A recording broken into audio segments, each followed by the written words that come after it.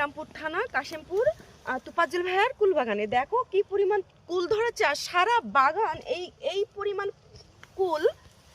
আচ্ছা তোফাজ্জল ভাই, এটা কয় বিঘা আছে এখানে কুল বাগান? এখানে 1 বিঘে আছে। 1 বিঘা। হুম। আর হচ্ছে যে এটা হচ্ছে যে আপনি কি প্রথমে এটা করছেন চাষটা নাকি?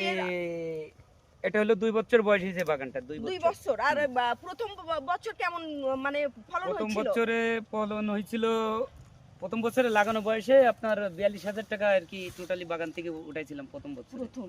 আর এখন এগুলো মন কিভাবে বিক্রি করেন? মনটা এখন পার ডে কুল ভালো পাকা হইলে হ্যাঁ হ্যাঁ 100 থেকে 125 টাকা 90 টাকা কেজি বিক্রি বিক্রি হয়, মানে এক এক কেজি। এখন এক এক কেজি। কেজি। আর হচ্ছে যে এই কুল আপেল কুল, তাই না? এটা আপেল। মানে বাগানটা এত সুন্দর, এটা কি বলবো, তোমরা না দেখলে বিশ্বাস করবে না। এত পরিমাণ কুল ধরেছে, পুরোটা বাগান দেখলে মনে হবে যে একটা গোলাপ ফুল বাগানে চলে আসছেন। মানে পাতাটা সবুজ আর পুরো গাছে লাল টুকটুক করতেছে কুল।